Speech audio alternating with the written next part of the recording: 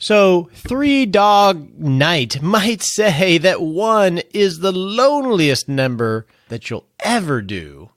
But you know what? I don't think that's true. I know plenty of single people that are rocking retirement. And I know a lot of people that are well on their way to rocking retirement as well. And we're going to talk to some of those today because this is the Retirement Answer Man Show. I am Roger Whitney, your host. And this is a show dedicated to you not just surviving retirement, but rocking retirement. And you're going to meet today some single people that are rocking life and getting ready to rock retirement as we launch this edition of Retirement Plan Live. And I'm really excited about this. So if you are new to the show, maybe you haven't been listening that long, for the last number of years, we have been doing live case studies of listeners. So what we do is we put a call out. We say we are looking for someone that is willing to be a guinea pig and work with me to create a retirement roadmap. So sharing their ideal retirement, organizing their income sources and financial resources, and talking about what is possible in retirement.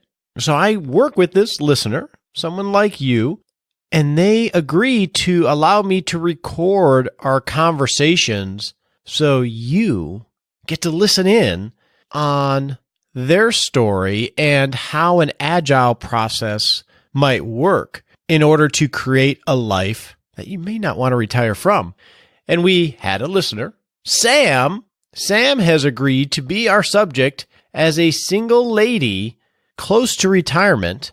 And we're going to meet Sam today, and you're going to get to hear a little bit of her story. And over the coming weeks, each week, we're going to release a little bit of our work together, and you get to listen in. And here's the cool part.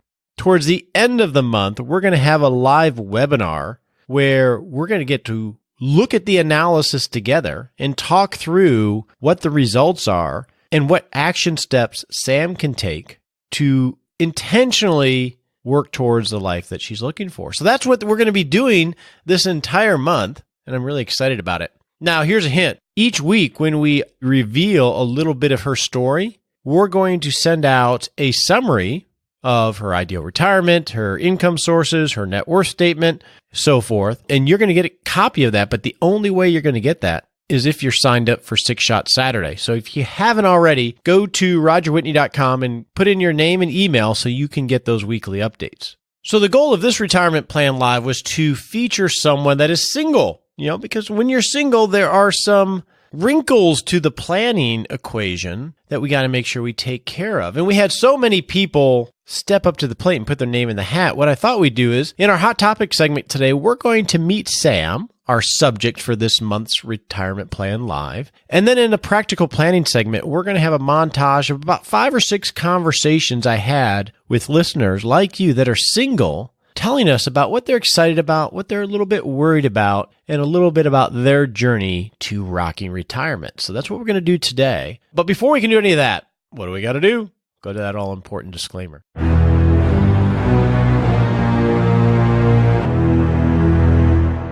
So here's the deal. I only give advice to clients that I work with because I have enough understanding of their life to really give advice.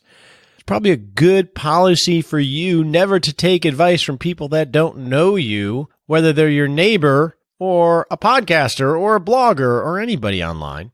So before you make any decisions, make sure you talk to your legal advisor, your tax advisor, or your financial advisor, because that's just common sense. Now let's go meet Sam.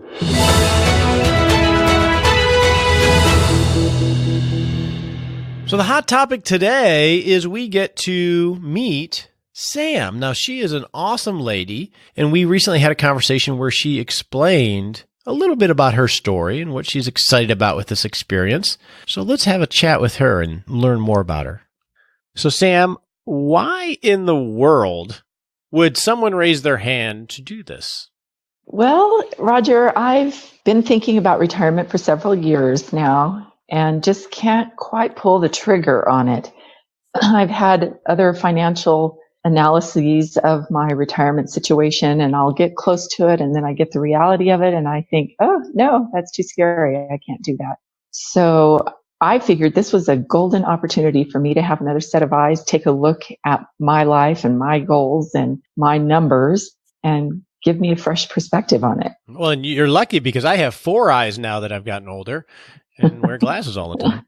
Yeah, that's me too. So is it that they said, yes, you can, but you had some apprehension? Or was it that they were saying, no, there was still more work to do when you had other analysis? The latter, for sure. Okay. And of course I realize it's contingent on the numbers I give them to run, but I don't know. It didn't feel like there was quite enough money in the bank to make it happen. Okay. Well, I think we're going to get to a solution that is probably going to get you more balance and at least give you clarity, right? Yeah.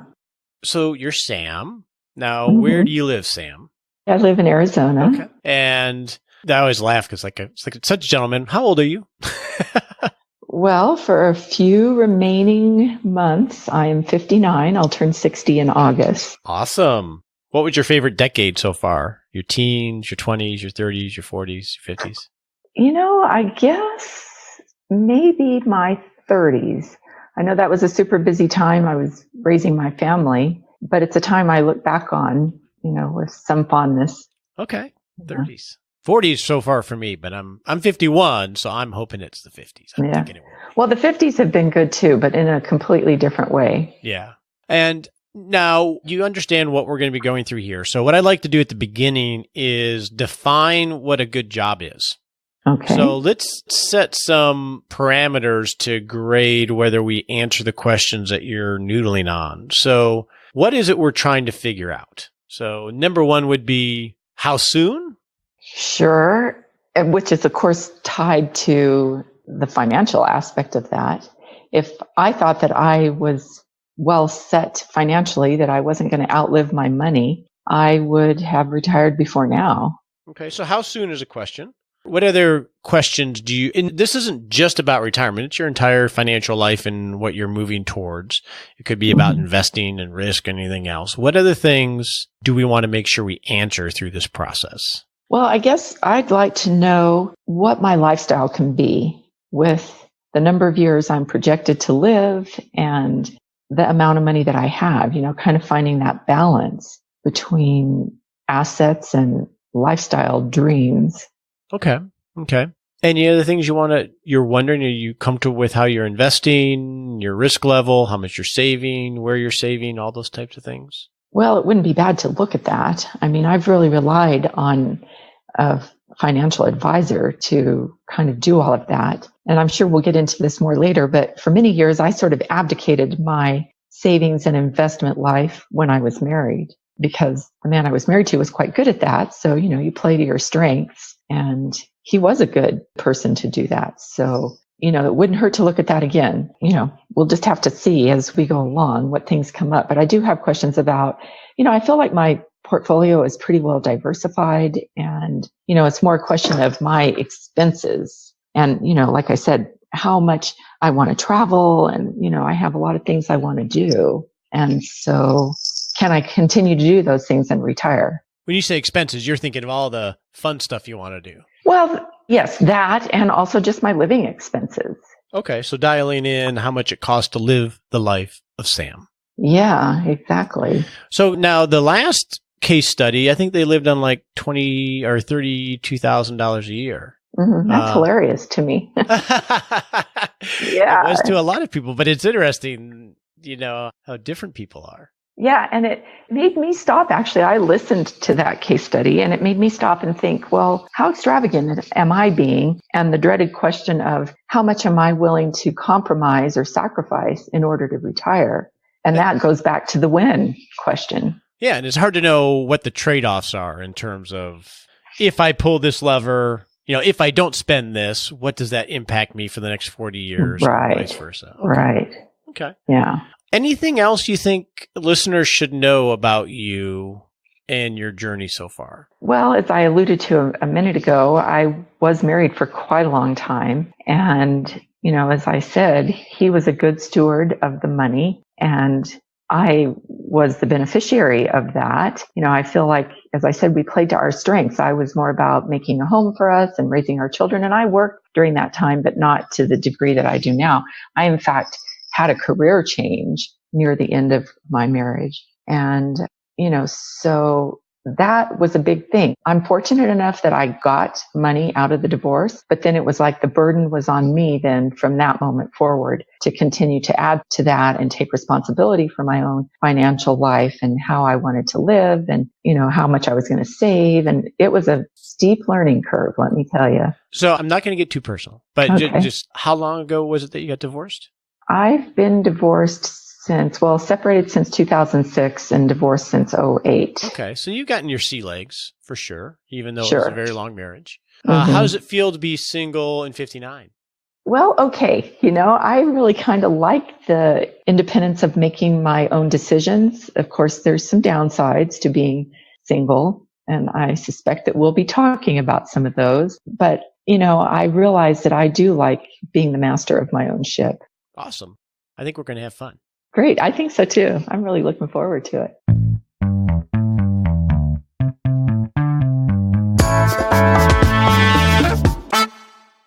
Elizabeth, first off, thank you so much for being willing to share some of your insights. So welcome here.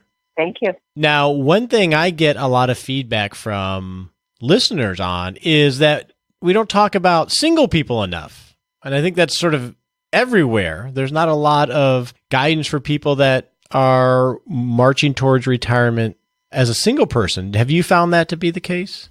Yes, absolutely. And I think I've read some statistics that, especially for women, something like 25% of the women retirees over a certain age are single. And there's not a lot of information available on planning as a single person, especially, I think, tax planning. I didn't find a lot of information on that. And also, if there's any considerations you should make just being single. Yeah, I think I found one book on it. AARP has a book, and that was really good. I liked it. As a note, actually, I was searching Amazon the other day for retirement books because that's what geeky people do. And there's a book that hasn't come out. There's a book that hasn't come out yet, and I have not read it. I don't know the author, but it's written specifically for single people. So, oh, really? Yeah, I'll find the title, and then when it comes out, I'll review it and share my thoughts on it, and then make sure people know how to get it, because I had not seen one just for single people. Did you see the one that AARP offers? I have not. For single women? I have not. I will send you that title. Yeah. In fact, I might be able to find it right now. I'm sure I'll be able to find it, and I'll put a link to it in the show notes. That way people can access it, and maybe I'll read it and review it, because I'm going to start doing some book reviews to help everybody find resources. But I want to talk about you right now. Okay. So given that there's not a lot of great information for singles, what are some of the questions that are rolling around in your head that say, why isn't somebody answering this or helping me here? Okay.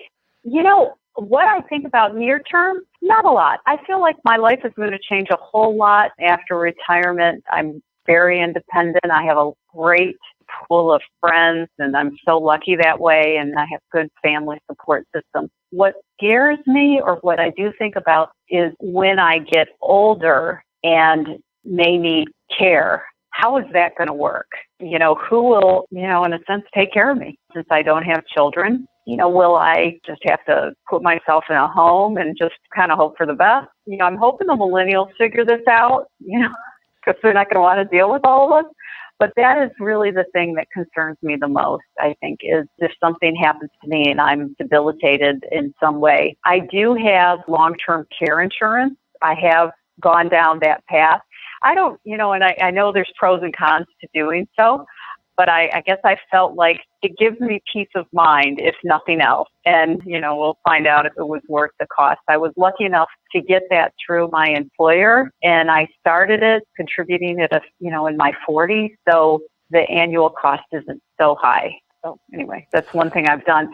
And when I've talked to a financial advisor, and I've talked to a couple, they all basically said, well, yeah, it's up to you whether you want to do it or not. I didn't get a definitive yes or no, or, it was kind of like, yeah, I guess, So that is actually a very good item that you talk about, because as we get older, and you're right, I mean, you're a strong, independent woman, a professional lady, but it's later in life as our body and our mind start to degrade. I don't know what word to use.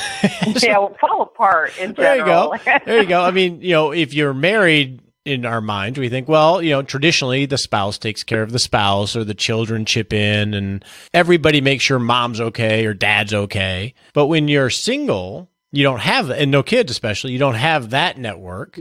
And then long-term care, I think, actually makes a lot more sense for single people, right? Because it's another backstop, because you're going to have to create these networks and this framework now while you're able to support you. One thing I worry about, or I think about when it comes to being single, is you almost have to have the money to be able to go into that quote unquote retirement home that gives you the quality of care of how you would want to be treated, right? Mm-hmm. Absolutely. Because there is Medicaid and there are things that will get you somewhere, but it may not get you to where you actually would want yourself to be when you think about it. That's the hard. Agreed.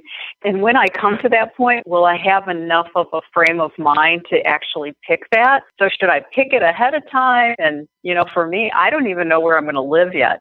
So, all of those things kind of at times can keep me up at night about, well, when am I going to know I'm ready and how am I going to make that decision? And just as another point, I'm the youngest of four by a lot of years. So my siblings most likely won't even be around at this time. So yeah, that's the consideration. And I think there definitely are solutions that are coming. I mean, I know here in Fort Worth, there are nicer, it's almost cradle to grave retirement care. It's basically a contract. Okay, it's not cheap and you turn over a lot of assets and everything else, but it's from total independent living all the way to end of life. But then I would imagine you give up some freedom when you actually get, go institutionalized in some framework. And I imagine, that might be a consideration too. Yeah. And I've not really looked into those places. And right now, at least in my mindset, I'm not really ready for anything like that. So, but yeah, that's something to consider maybe in,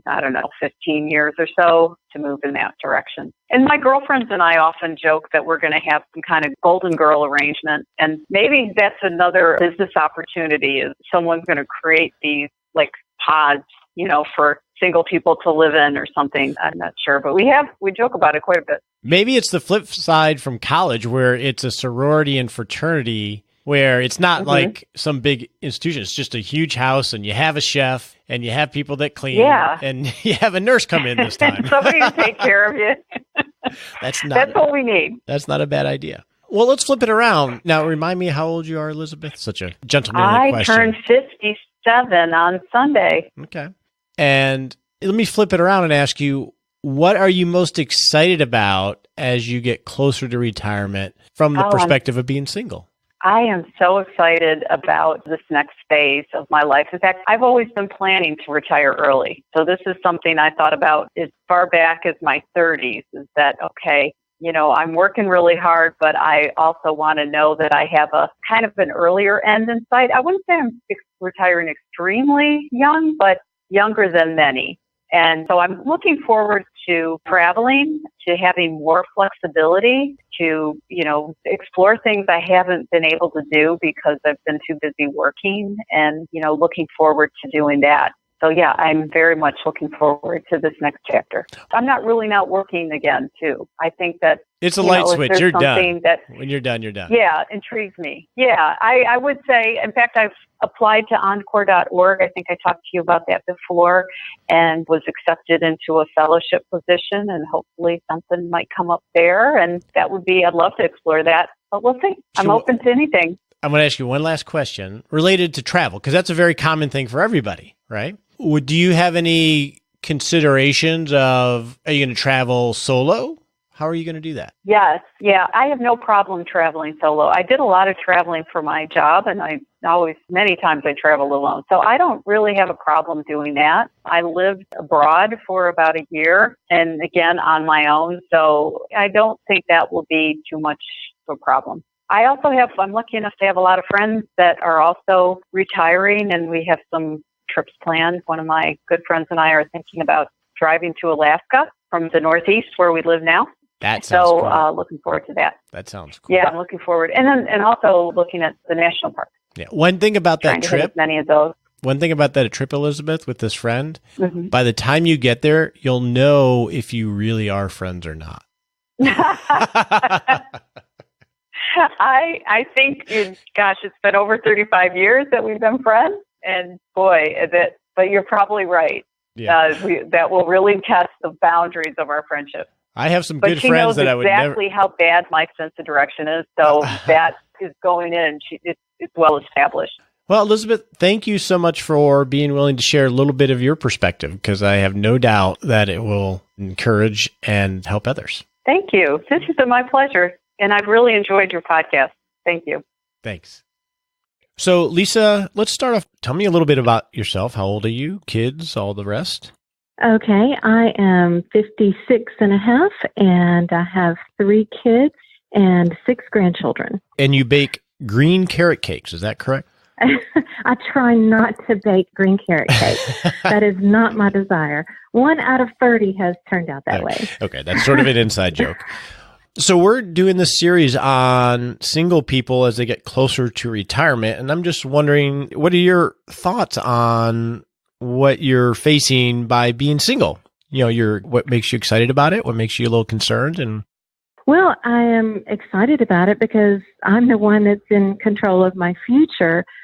But for those same reasons, it does make you be a little more conscientious and, maybe even a little anxious about making sure that you have enough to live comfortable in retirement. is there anything that you have done to position yourself knowing that it's all on you in terms of retirement that you've done a little bit differently?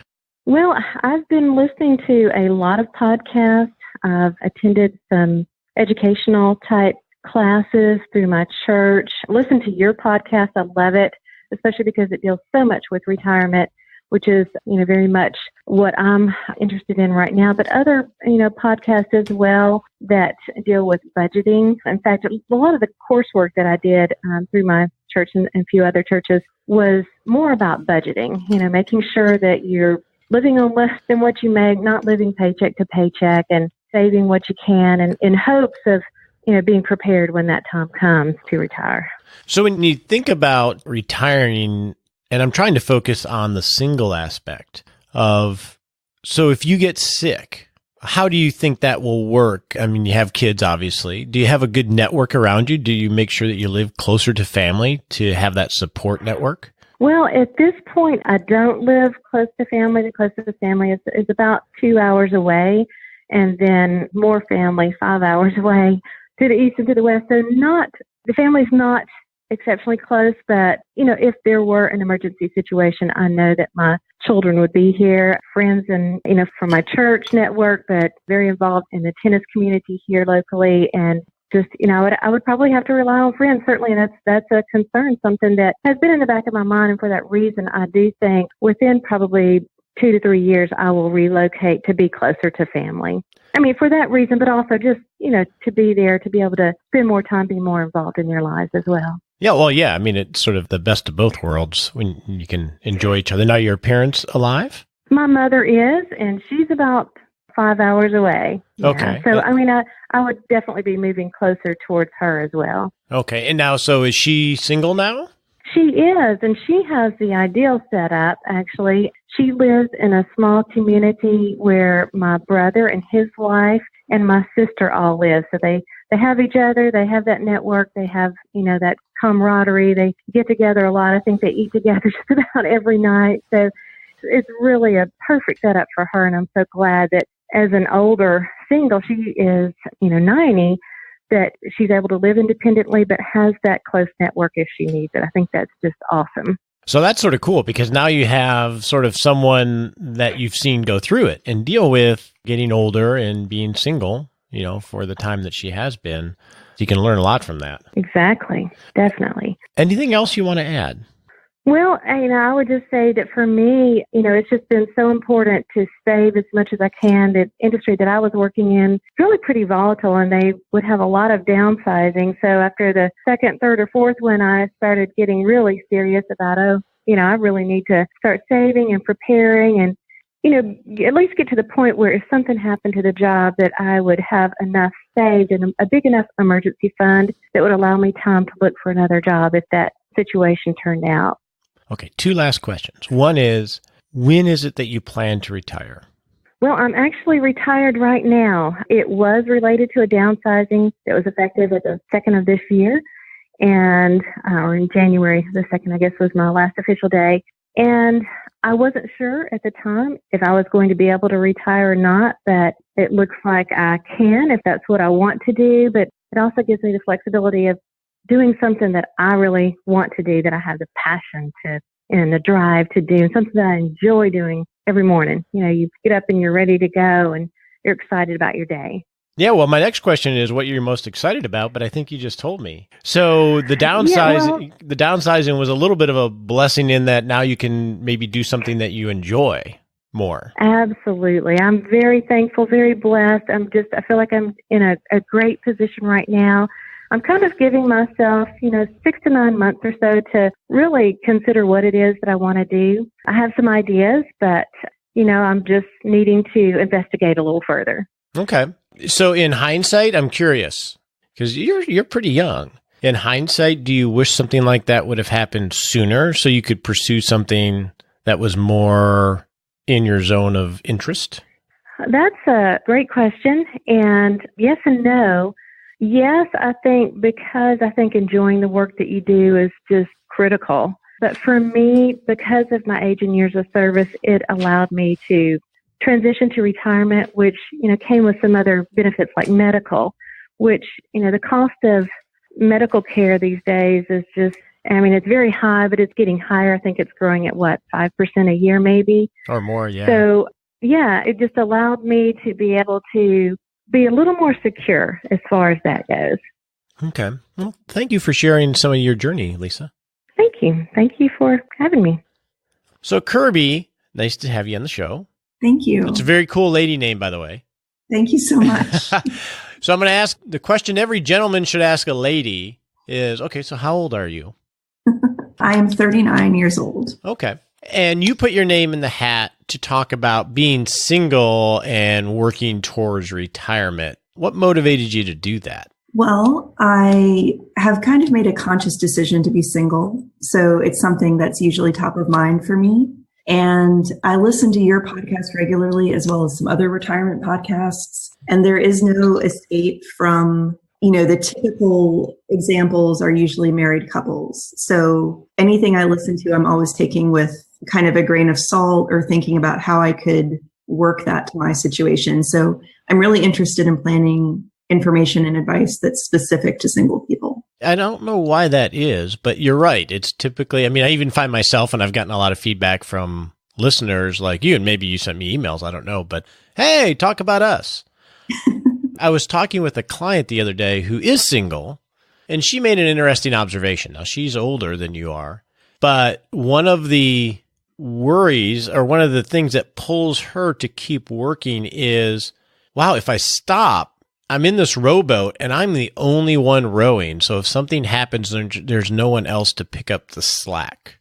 Does that resonate with you, or how do you think from that perspective? Absolutely. I think when you're part of a couple, the shared responsibility of that provides some ease of mind, perhaps. When you're single, you're completely in charge, which is an awesome thing, but also a great responsibility. And if you're kind of more of a type A personality that likes to be super organized and in charge and on top of things, then you can expend a lot of mental energy on planning for your future as a single person, for sure. When you listen to these shows and you hear it's only about couples, what are the things in your head that you say, man, why don't you talk about this? What would resonate when you think of your worries? I think actually it might have been you that mentioned this on a previous show that I listened to. If it was brilliant, Kirbie, it probably was. Stuck with me, so it was probably you.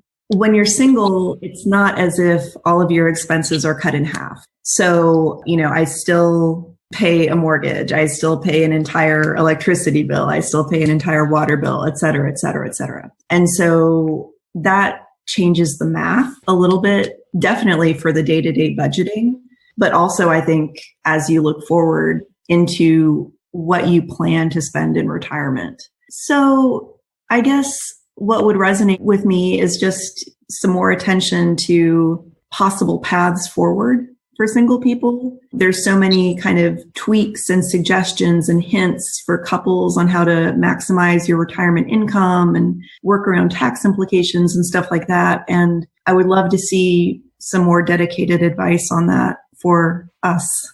That makes total sense. Now, let me ask you a question. Because you made this conscious choice to be single, is having the family network around more important, or is it the social network? What compensates for not having that partner that you're walking with? Well, the freedom to make all of my own decisions is the greatest compensation. But I do have a very vibrant social life. That's definitely something that's important to me. And so, I know you've done some shows recently, maybe back in January, about maintaining your social network in retirement, befriending younger people, things like that, and being really intentional about keeping that part of your life active. And so I think both for couples and for single people, that's extremely good advice. And it's something that I actively try to do. Now, does that worry you as you get older? I mean, you're pretty young. You're 39. Does it get worrisome, like when you see maybe someone in their 60s or 70s that is single, being lonely? Obviously, you're comfortable with yourself because you choose. Right. I mean, I'm a person that doesn't really succumb to loneliness.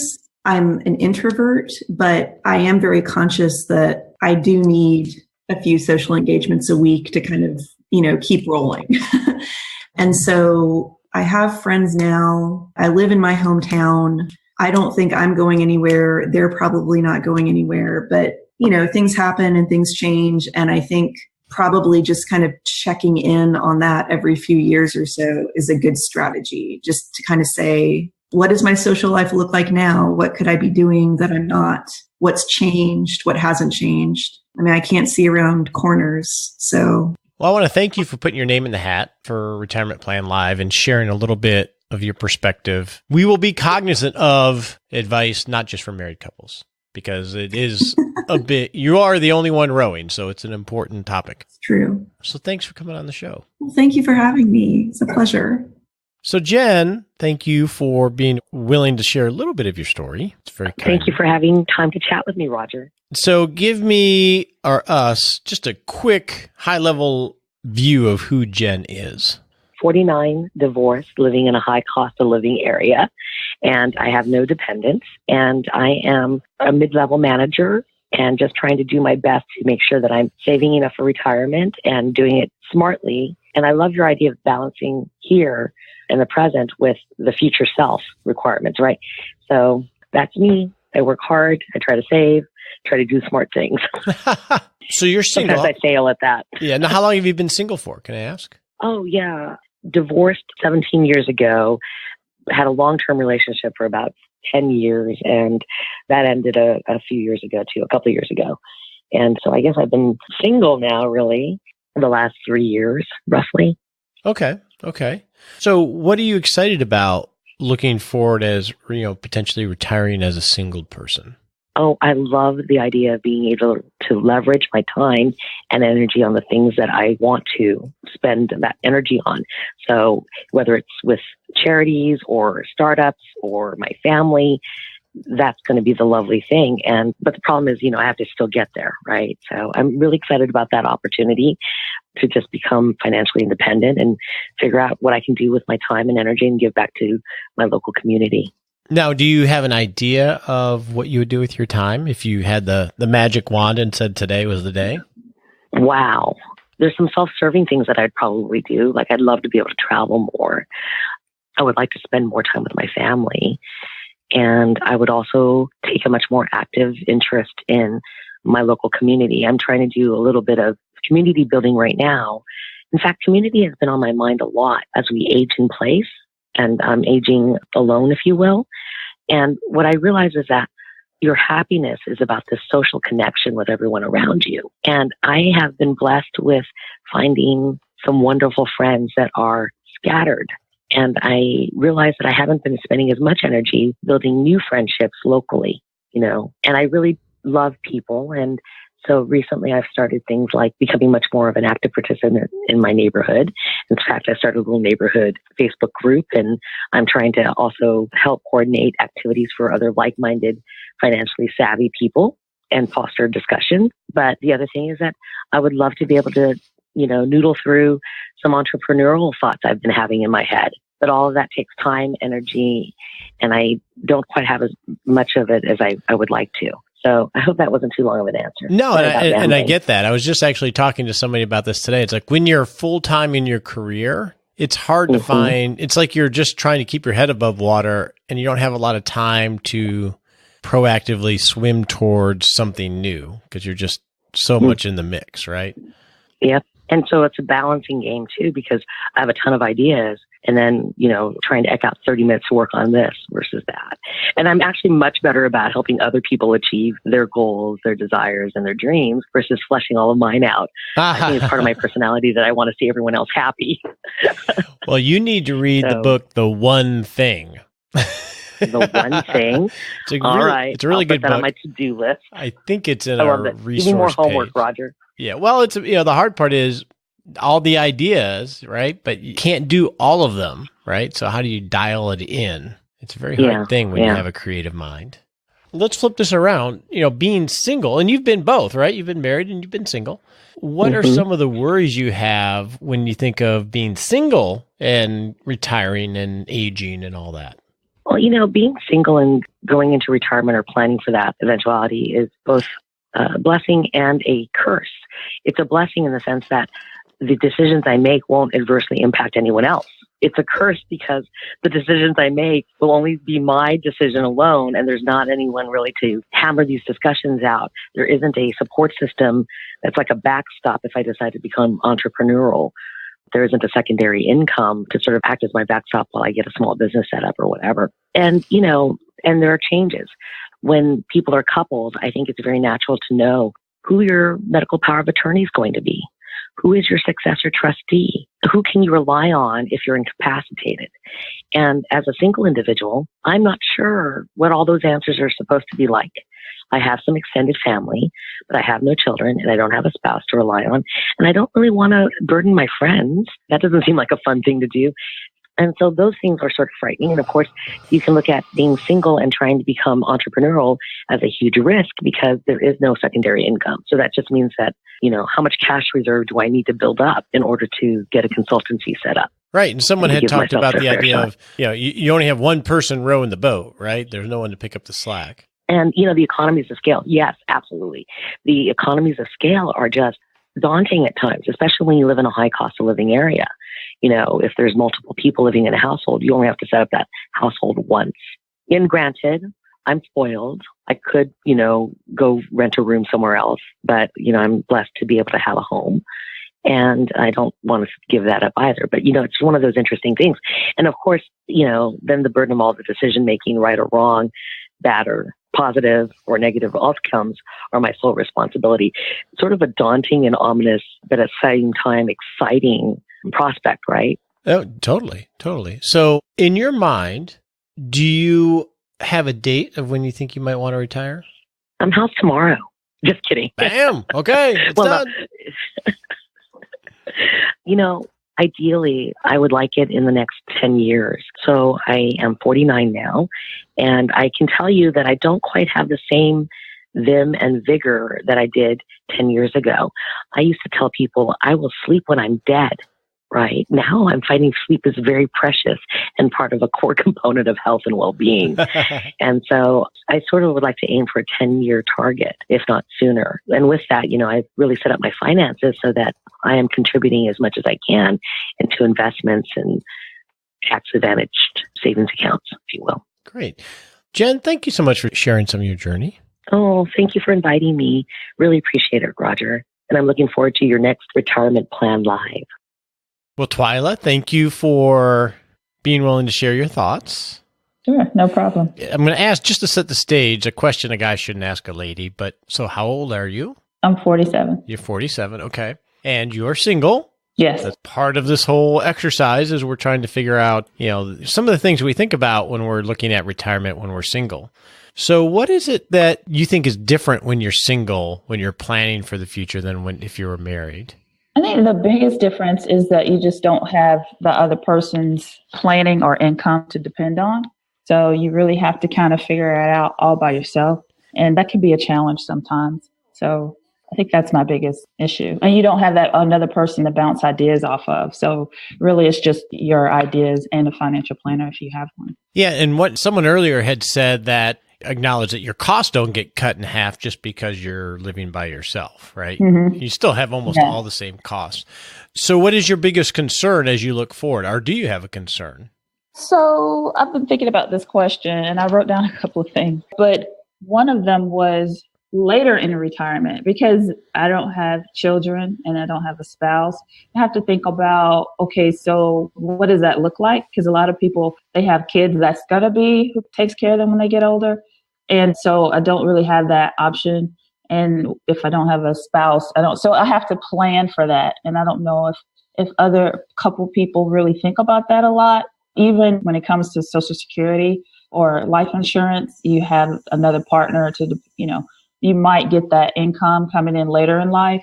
But again, that's something that I don't have that option. So if you don't have, I jokingly say my long-term care insurance are financially sound children that still like me, right? Right.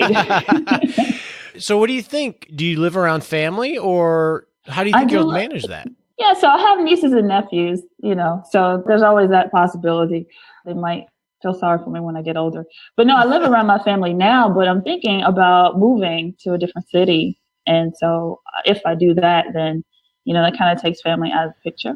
Yeah, so, and it could be as simple as, who's going to check on you or, drive you if you happen to be, down and out for a small period of time. It could be really simple things, right? Right. Mm-hmm. I'm dealing with someone right now who they're dealing with, well, who would be the executor? Or, if I was out, not the executor, but who would be the person to make decisions if I was in a coma about my care? Right. Right. It's real simple if you have a spouse, assuming you like them. So yeah, what other things did you put down as you thought about this topic? Single in retirement, I thought that, and this is more of a being possibly getting married later in life or having a long-time partner, is I have to think a little harder about how they handle money. Because if I'm retired and they're a spender and I'm a saver, I'm not really a saver. I'm an automatic saver. But if they're a spender, then I have to really look at that, because if I've planned my retirement with a certain amount of money and I marry somebody who's a spender, then that can really shake things up a lot. Definitely, so, yeah. Yeah, so that is more of a concern maybe than later in life before you're retired. Like I know a lot of spenders and savers marry each other. And so, they work that out. They have time to work that out, hopefully by the time they get retired. But once you're retired, you don't have as much wiggle room to be with someone who might kind of jack up your finances. Exactly. Yeah. My wife and I got married, I think, when I was 23. And back then, it's like both of us didn't have anything, right? Right. And we didn't, I wasn't smart enough or didn't get exposed to really thinking about how they handle money. I was like, no, we're in love. We're going to get married, right?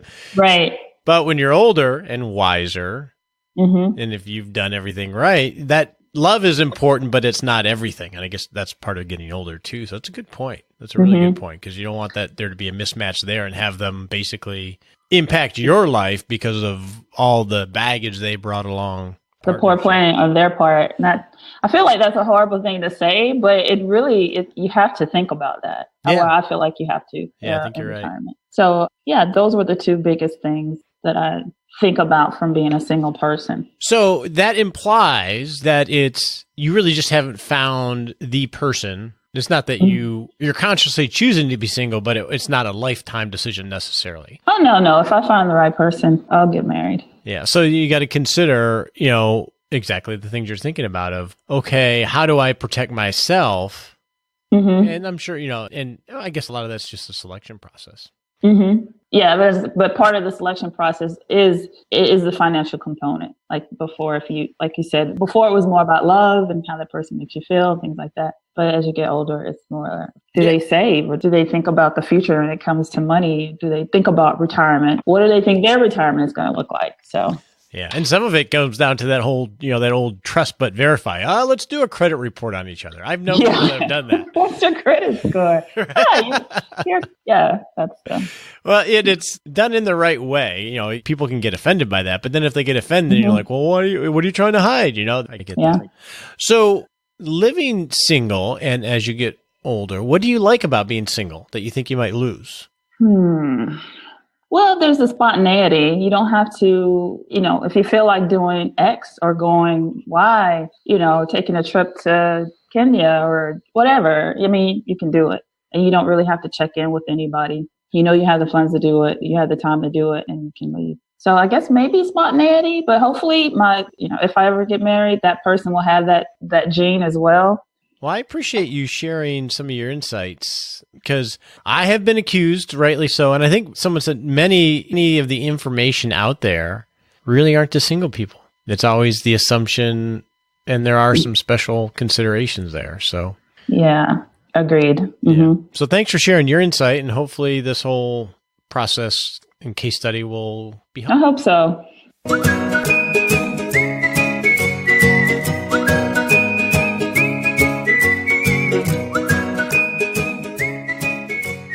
Hey, Nicole, do you know what I ate last night? No. What did you eat last night? I ate a slime head. That sounds delicious. Doesn't it? It's a delicacy. So what is a slime head? Well, evidently, a slime head is what a orange roughy used to be called, right? Right. Actually, that whole fish family, Chilean sea bass, mahi-mahi. They all had really negative connotation names, right? Well, slime head doesn't sound That's too not appealing, a good no, not to marketing me. label. So they rebranded it as Orange Roughy, and now we all love it. Now, and the reason I bring this up in the Happy Lab is we're talking about singles in retirement, and I get a lot of pushback, and rightly so, that we talk a lot about married couples, and that's why we're doing this series of Retirement Plan Live with a single person. When you're married, a lot of people think of retiring or getting older as a single person as sort of sad. But what I thought was, while I was listening to the stories that we listened to, is how excited and engaged these men and women are about the prospects for their future and their retirement. So I think we got to be careful with some of the labels, because if we mislabel things, it sounds really bad when it really could be pretty cool if you make it your own. On your marks, get set.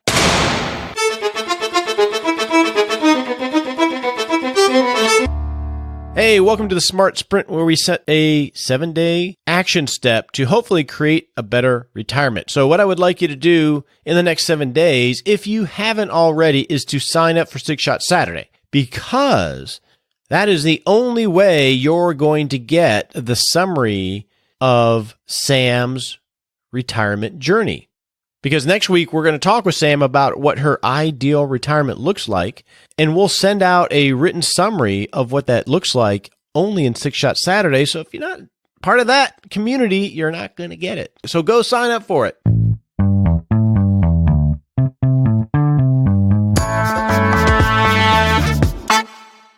Hey guys, I need your help.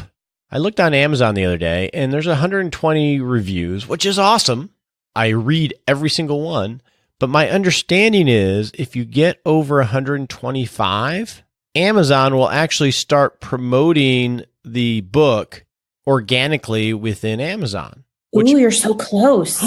Which means people will get a chance to see it, to know, hey, maybe I'll buy that. So if you have the book, have bought the book, enjoy the book, leave an honest review. It doesn't have to be 5. So it can be, if you think it sucks, go ahead and leave a review and say it sucks, but do it nicely, please. But leave a review. That would really help me out, so we can try to get this message out and bring more to the community, and hopefully get more people to make the most of the only life they have. So I would appreciate it. Until next week, this is Roger Whitney. And Nicole, his sidekick. I almost left you out. And Nicole. We appreciate you joining us today for this episode of Retirement Answer Man. Be sure to visit rogerwhitney.com/answers to access the Retirement Answer Library with over 30 checklists to help you make the most of the only life you have. Remember, you have more power than you realize to create an amazing life starting today with Retirement Answer Man.